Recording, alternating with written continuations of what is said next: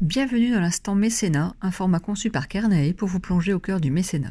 Chaque épisode a pour but de vous faire découvrir des projets d'innovation sociale sur la question de l'habitat soutenus par le fonds de dotation Kernae. Vous découvrirez des initiatives inspirantes des acteurs de l'intérêt général dans le domaine de l'habitat et ses causes périphériques telles que le développement durable, la santé et l'emploi. Vous comprendrez leurs motivations, leurs défis et l'impact positif de leur travail sur le territoire et la société. Place au lauréat de Kernae qui vous présente son projet.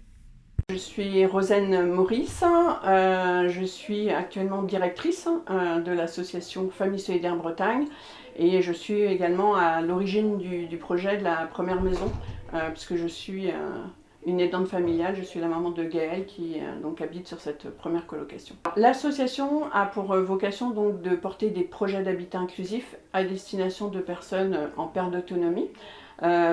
L'histoire de l'association nous a amené à développer plutôt des projets autour du handicap, mais à l'avenir, effectivement, pour répondre aux besoins du territoire, on va aussi élargir notre action vers les personnes âgées en perte d'autonomie. D'accord. Et quels sont vos objectifs aussi ? Alors, notre objectif, effectivement, de continuer à développer des habitats pour répondre à des besoins. On est régulièrement sollicité et apporter de vraies solutions à la fois pour les personnes qui sont concernées par la perte d'autonomie, des solutions durables, mais également pour les aidants, puisqu'en fait, en apportant une solution durable, mais qui à la fois aussi va dans le sens de l'épanouissement des personnes, on permet aux aidants de lâcher prise. Comment est-ce que le fonds de dotation Kernae vous a aidé Alors, dans le cadre d'une réponse à appel à projet, la Fondation Kernae a retenu notre projet pour soutenir l'aménagement sur l'équipement collectif, soit électroménager ou mobilier, de la future colocation qui est actuellement en construction, qui concernera donc 7 locataires au lieu de 4 actuellement. Pourquoi avoir choisi le modèle de l'habitat inclusif ? Alors, c'est lié à mon histoire personnelle. Nous étions face à une situation un peu dans une impasse. Nous n'avions pas de solution adaptée pour notre fils dans le champ du médico-social. Et je vous avoue, je ne sais même plus comment, pour finir, à force de chercher, j'ai eu l'idée de l'habitat individuel et surtout, en tant qu'aidante, j'ai imaginé qu'on pouvait reconstituer quelque part une espèce de cellule familiale et ce qui pouvait se vivre chez nous, pourquoi ça ne pouvait pas se vivre au sein d'une maison ordinaire avec un accompagnement de qualité H24 puisque ce sont les besoins des colocs. Donc le principe au départ était assez simple, mais l'intuition de départ en tout cas a confirmé que c'était bien. L'association Famille Solidaire Bretagne, pour le coup, et moi en l'occurrence, on milite pour l'accès aux droits communs à tous, quel que soit le niveau de handicap. Vous avez pu constater que les locataires ont besoin d'accompagnement vraiment rapproché sur les actes de la vie quotidienne, il peut y avoir des troubles du comportement, etc. Pour autant, le petit collectif, c'est-à-dire qu'on passe d'unités de 10, 20 ou 30, là ils sont 4, donc ça vient limiter quelque part les interactions qui peuvent générer des troubles du comportement. La qualité de l'équipe, parce qu'il ne faut pas oublier aussi qu'au quotidien, si on a une équipe qui dysfonctionne, on a pu le constater par le passé, les locataires vont développer des troubles du comportement parce que ceux qui sont non-verbaux, en l'occurrence, sont comme des éponges et perçoivent toutes les émotions. Donc si on est une équipe, ce qui est le cas depuis maintenant 2 ou 3 ans, une équipe qualitative qui vient avec plaisir travailler, ils transmettent aussi ça aux locataires et voilà, donc ils ont aussi une importance primordiale, j'ai envie de dire, au quotidien. Et nous en arrière-plan, on veille et on milite pour qu'effectivement il y ait l'autodétermination, la capacité à faire des choix et non plus à être positionné à suivre le mouvement d'un groupe. Tout ça permet aux personnes de pouvoir s'exprimer, de faire des choix pour eux et de devenir même des citoyens, d'exister, j'ai envie de dire. Ça, c'est important. Comment est-ce que vous les accompagnez au quotidien Alors, il y a un prestataire de service qui est l'Assad Ménérance, avec qui on travaille depuis un peu plus d'1 an maintenant, qui recrute les auxiliaires de vie. Et ce sont ces auxiliaires de vie qui effectivement s'occupent, que ce soit pour les temps de repas, pour la toilette, qui les accompagnent aux sorties, etc. Et il y a l'animatrice de vie sociale et partagée qui est financée par le département et qui, elle, va faire vivre le collectif. Moi c'est Aurore Roussel, je suis animatrice de vie sociale et partagée pour 2 des maisons de Famille Solidaire Bretagne, donc Ostavie ici et Orphée avec des personnes un peu plus autonomes, qui n'ont pas d'équipe H24. Donc moi mon rôle c'est de planifier les activités collectives et de travailler avec les colocataires l'inclusion, donc s'ouvrir à l'extérieur, aller vers les associations, les événements locaux.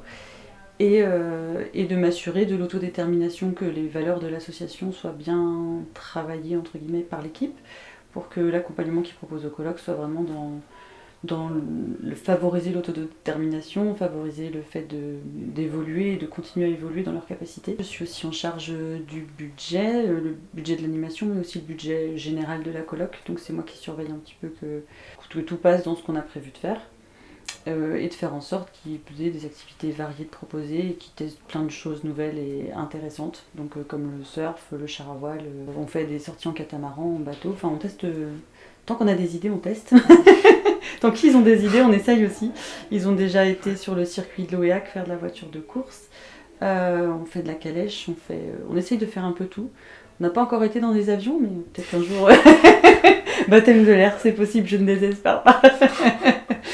Donc non, voilà, on est assez ouvert sur les projets, donc ça passe dans les budgets et dans leurs capacités, leurs envies.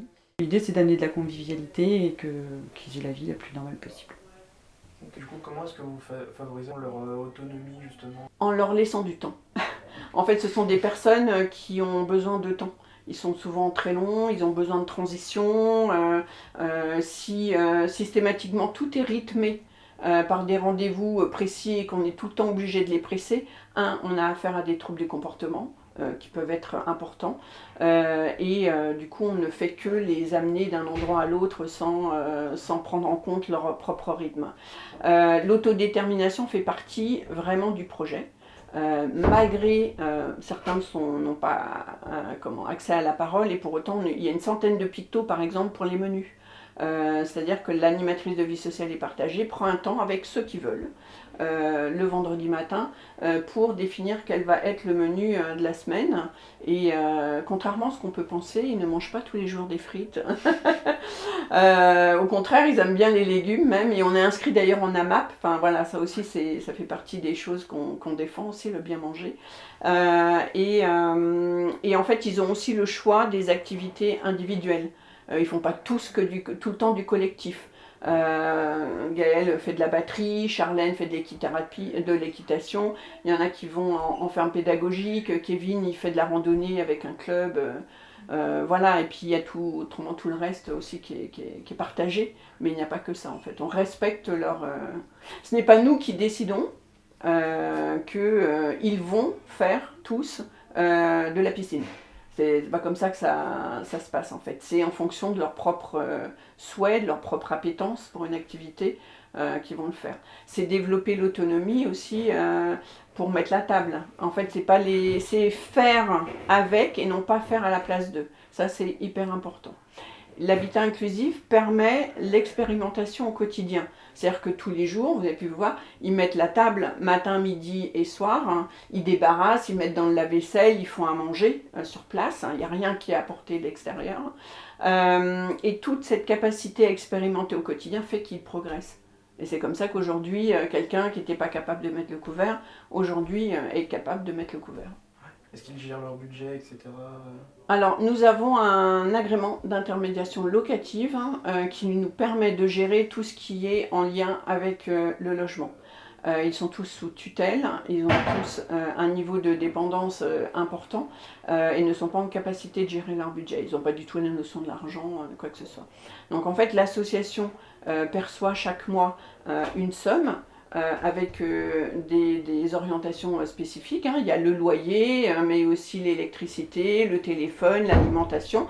Et en fin d'année, en fait, on fait un bilan un petit peu comme un syndic de copropriété, avec ce qu'ils nous ont versé, ce qu'on a dépensé réellement, et on fait les régules. On a des projets. Déjà, la maison qui est en cours de construction accueillera 3 locataires de plus. Normalement, ici, on a aussi pour projet d'accueillir 4 autres locataires. Et on a sur le projet de Pleurtuis la maison qui accueillera un locataire de plus et Bosset, normalement une dizaine de personnes en perte d'autonomie, que ce soit liées à l'âge ou le handicap. Donc ça, ce sont les projets de l'association. Certains sont bien avancés. Reste à savoir si effectivement les pouvoirs publics, la politique aujourd'hui sur l'habitat inclusif pour les personnes très dépendantes nous permettra de mener à bien ces projets, puisqu'en fait on a des besoins d'accompagnement H24 qui doivent absolument être pourvus si on veut accompagner ce type de population. Est-ce que vous êtes en partenariat avec d'autres organismes ou associations Alors en fait, aujourd'hui, quand l'association a été créée, elle s'appelait Ostavi, quand c'était une association d'aidants. Et on est devenu Famille Solidaire Bretagne parce qu'en fait, on s'est reconnu dans les valeurs qui sont portées par le groupe associatif Famille Solidaire, qui est basé à Mulhouse. Et c'est comme ça que nous sommes devenus Famille Solidaire Bretagne. Pour développer, ils ont aussi une foncière, donc c'est eux qui construisent la maison. Nous, on ne gère pas du tout la partie immobilière, donc c'est la foncière solidaire de Famille Solidaire qui construit et qui gère toute la partie foncière en fait. Qu'est-ce que vous en tirez comme conclusion, comme bilan des projets Alors pour moi, le bilan, c'est que il y a une vraie réussite sur la vie des personnes. Ça, c'est une évidence. Je pense que tous les aidants, aujourd'hui, on a une douzaine de locataires. Et tout le monde est unanime quand même pour dire que ça convient. Non seulement que ça convient, mais en plus que leur enfant progresse. Il y a aussi un constat sur les équipes. Les équipes qui travaillent ici, elles sont ravies de venir travailler, elles participent aussi au progrès des locataires. Il y a une autre relation avec les familles, c'est très familial en fait, c'est un contexte vraiment très familial qui sort vraiment du cadre qu'on est habitué à voir avec la bonne distance. Là on est dans autre chose, donc il y a un vrai lien de confiance et ça c'est un. Mais surtout, vraiment, c'est la qualité de vie pour les locataires qui est... voilà. Et aujourd'hui, malheureusement, en fait, ce vent de liberté que j'avais un petit peu senti en 2018, fin 2018, quand il y a eu la loi Elan, aujourd'hui, on sent qu'à nouveau, c'est repris, recadré de tous les côtés.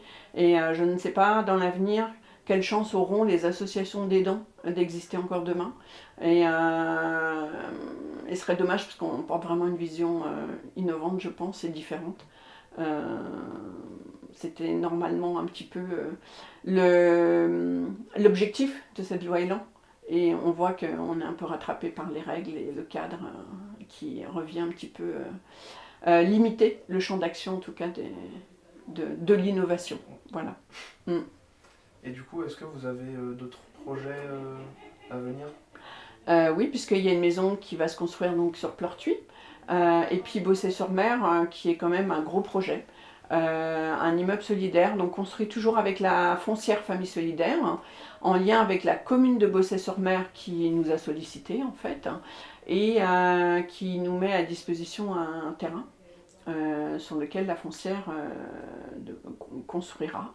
Donc nous sommes en lien avec le département pour obtenir le financement de l'animation de vie sociale et partagée, parce qu'aujourd'hui c'est important quand même, c'est une mission qui est quand même clé dans l'habitat inclusif. Et puis le travail est bien amorcé en tout cas avec la commune qui soutient très largement ce projet, qui pourra accueillir personnes âgées, personnes en situation de handicap et la particularité aussi donc des familles ordinaires.